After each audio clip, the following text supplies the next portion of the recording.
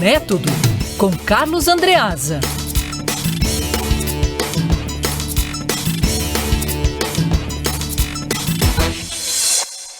Hora de conversar com o Carlos Andreasa. O assunto já foi adiantado agora há pouco. Em meio à crise provocada pela pandemia, vereadores de Rio Bonito, que, como diz a Sheila, agora vai mudar de nome, vai chamar Rio Bonito, hein?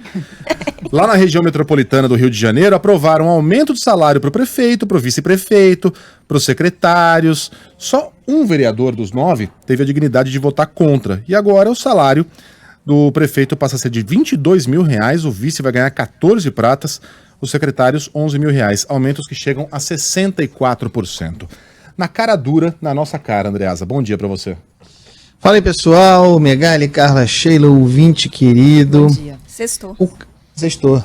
Ainda não, né? O caso é sobre Rio Bonito, mas a gente não deve fulanizar, porque isso acontece especialmente na calada da noite, em circunstâncias como essa, fim de legislatura, fim de feira, pessoal preocupado com outras coisas, inclusive a pandemia entre nós. Os parlamentares têm a impressão, em muitos lugares, e não apenas em municípios, considerando todos os entes possíveis, as assembleias, mesmo o Parlamento Federal, tentar embutir um fortalecimento, digamos assim, da ceia de Natal. Foi o caso em Rio Bonito, mas é o caso em vários outros lugares. Vale a partir de 2021 esse aumento. O Megali falou, Rio Bonito tem 10 vereadores. Um não participou da sessão porque está acamado em função da Covid-19. O placar foi 8-1, é um tipo 7-1, né, contra nós. O Megali falou aumentos respectivamente de 22%, 40% e 64% para prefeito, vice-prefeito e secretários. Detalhe, Rio Bonito tem um hospital, oferece 17 leitos de UTI para a Covid-19. Todos esses leitos estão ocupados. Enquanto isso acontecia, todos os leitos de Rio Bonito estão ocupados e não há perspectiva de haver mais. É bom registrar o seguinte, a Amanda Martins falou mais cedo, mas é bom registrar. Esse reajuste tinha sido aprovado em novembro, mas foi vetado pelo prefeito José Luiz Mandiocão. Mandiocão agiu bem, né, e conseguiu vetar, alegando inclusive a questão da pandemia, algum grau de vergonha na cara. Porém, Mandiocão foi derrotado no seu pleito pela reeleição, ficou em terceiro lugar, perdeu para Leandro Peixe. Leandro Peixe será o novo prefeito de Rio Bonito e será o beneficiado por esse aumento de salário, porque, como falado, a Câmara derrubou o veto. A questão que eu queria propor para vocês aqui é a seguinte, pessoal. Rio Bonito tem cerca de 60 mil habitantes, né? Mais ou menos, um pouco mais de 60 mil habitantes. Será? Eu sou um grande defensor da existência dos parlamentos, inclusive os municipais, inclusive em cidades pequenas. Se tem prefeitura, se é uma cidade, se tem municipalidade, é importante que haja a respectiva Câmara para fazer a fiscalização da atuação do prefeito. Imagina a concentração de poder na mão de um prefeito numa pequena localidade, sem fiscalização legislativa, considerando que não está, talvez, eventualmente tão coberto como nós cobrimos as grandes cidades e tudo mais. E também tem a questão de ocupação do solo urbano. Existe razão para a existência do parlamento municipal. Mas será que a gente não deveria, queria ouvir vocês a respeito, não deveria evoluir para um modelo em que, havendo Câmara Municipal, com algum limite demográfico, sei lá, cidades com menos de 100 mil habitantes, chutando aqui, não deveriam ter os seus parlamentos sem remuneração? Que os vereadores de cidades com população que não seja 100 mil, 50, 60, sei lá, que estabelecesse um corte a partir do que existe a Câmara, existe a eleição, mas é uma função não remunerada. O que vocês já acham disso? André, é assim que a banda toca no mundo civilizado. Sim. Né? Em grandes capitais, você vai pegar os vereadores, não existe uma Câmara de Vereadores, por exemplo, em Nova York.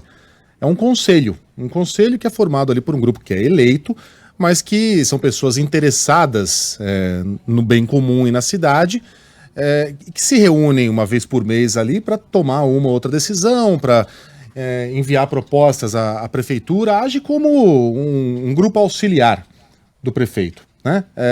Recebe uma ajuda de custo, transporte, uma mesa ali com pãezinhos e nada que configure uma carreira. Lá na Grã-Bretanha, eu lembro que o Killing trouxe essa informação lá atrás, as câmaras de vereadores de pequenas cidades são compartilhadas. Por exemplo, Windsor, que é famosa por causa da família real. É uma cidade que fica a cerca de 70 quilômetros de Londres e é uma cidade muito pequena. Ela compartilha a Câmara de Vereadores com 2 outras cidades, né? São 3 cidades que compartilham o mesmo espaço e o mesmo grupo que apresenta Windsor. Tá. Lá que é conhecido pelo castelo, né? Pela família real, é a casa da atual dinastia que ocupa Buckingham. Compartilha a Câmara de Vereadores, as pessoas das 3 cidades se reúnem, apresentam propostas que são comuns àquela região. Não existe a vereança como uma carreira política, como aqui no Brasil. Eu ia pegar um outro exemplo também, Megali, Estocolmo, na Suécia, e antes que os ouvintes falem assim, pô, mas vocês estão trazendo exemplos também de uma outra realidade. Sim, estamos. Claro. A gente precisa perseguir o que funciona melhor, o que funciona direito. Porque a gente que é mais pobre tem que gastar mais Isso. com um sistema que já se provou pouco eficaz. Mesmo uma Câmara de Vereadores de uma cidade como São Paulo, Andreasa, ok, tem a sua importância, mas basicamente o que eles fazem é dar nome pra rua. É homenagear morto com o nome de rua, ponte, viaduto e viela, e homenagear vivo entregando a chave da cidade. O trabalho importante da Câmara de Vereadores é aprovar o orçamento no fim do ano e aprovar o plano diretor de 10 em 10 anos.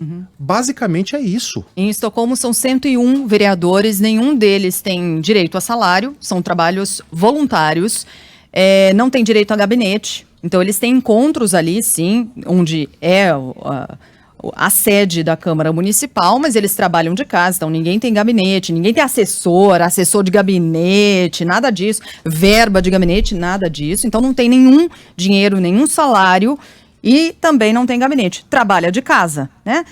E presta o seu serviço, porque é isso, tem as suas profissões inicialmente, então, para quem já fez, aliás, é uma visitação, para quem vai para Estocolmo, é uma visitação turística. Já passei por lá, fiz essa visita e vi chegando vereadores assim, vestidos de médico, porque eles são médicos e saem do trabalho e vão para o encontro lá. É assim que funciona, é assim que a banda toca. E funciona.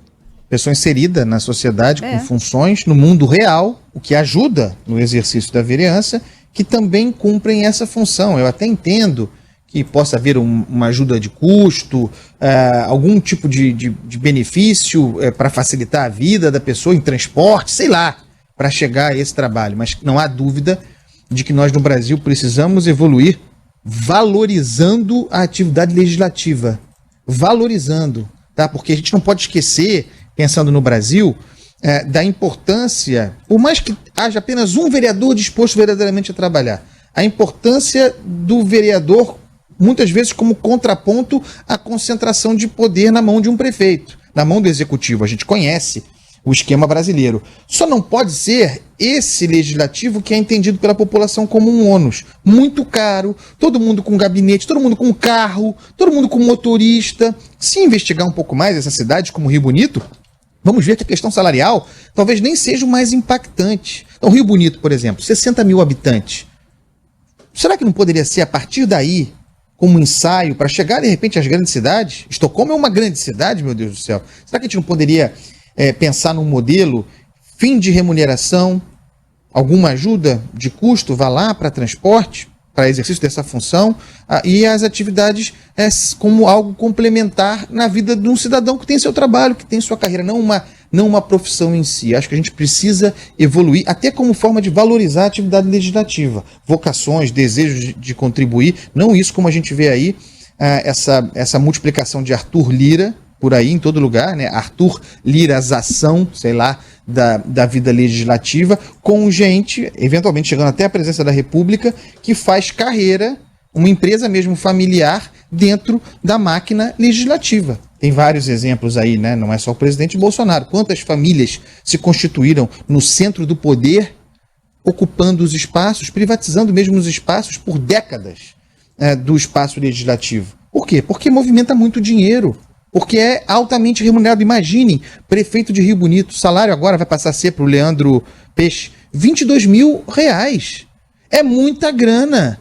Tem executivo que não ganha isso na iniciativa privada. Então é algo a ser realmente pensado e discutido. Luana Elis escreve aqui, nesse mundo de vocês, só rico pode ser político? Luana, duas considerações. Eu entendi seu raciocínio. Esse é um ponto. Primeiro, não é no nosso mundo. É um mundo que está aí. Um mundo que se apresenta, né? Esses lugares existem. Ninguém está falando de um pensamento utópico. Existem e são bem funcionais.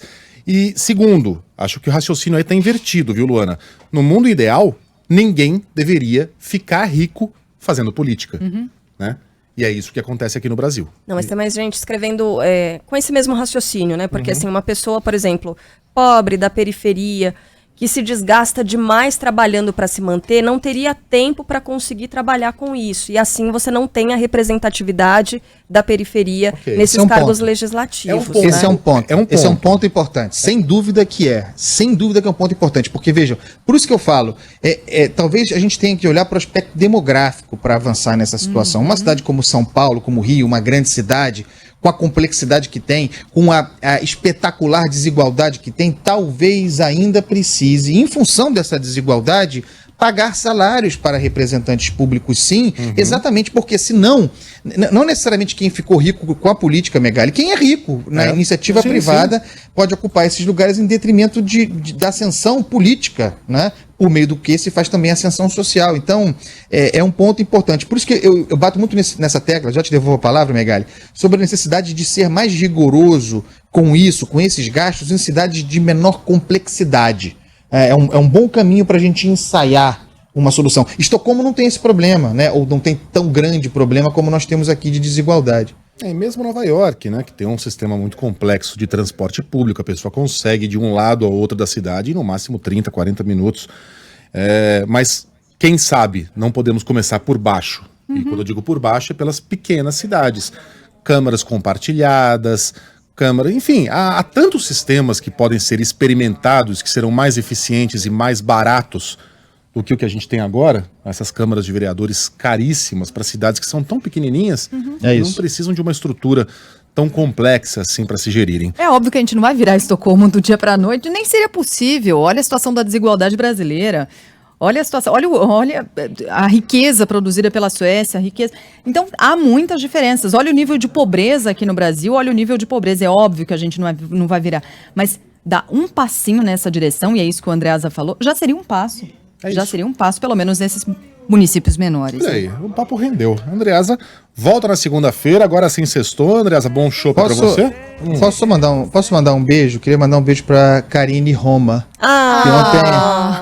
Que ontem apresentou e eu assisti seu TCC brilhantemente na forma de podcast, uma apresentação verdadeiramente brilhante, eu vibrei muito com ela. Fala pra ela ouvir. Então quero deixar... Peraí, Andreasa, ela tá numa reunião. Chama a Karine aqui. A Karine é nossa estagiária. Faço questão que ela receba os parabéns ao vivo. Exatamente. E a Karine, inclusive, já foi contratada. Então ela continuará conosco a partir do ano que vem. Karine, o Andreasa tá te dando parabéns aqui no ar. Fala o nome de um funk consciente que a gente possa tocar aqui agora, Karine. Coloca aí, né, Conselho, a Visão, MC Neguinho da Cacheta. Eita. Tá. Esse é o tema do seu TCC? É o tema do meu TCC. Tô muito emocionada, muito feliz. Não pensei, inclusive, que ia tirar 10, mas tirei. Nota 10! Carlos Imperial, né, Andreasa? Isso, depois de Jorge Perligeiro. Karine, parabéns. Você sabe, eu assisti, né? Tarde pra caramba pra mim, que eu durmo cedo, e adorei a sua apresentação, o seu podcast, muito bem editado, num ritmo legal, ao mesmo tempo apaixonado pelo tema, mas com os rigores devidos, jornalisticamente falando. Então você mereceu nota 10 e a gente tem muito orgulho de trabalhar com você. Parabéns, tá? Um beijo. Muito obrigada. Bem-vinda.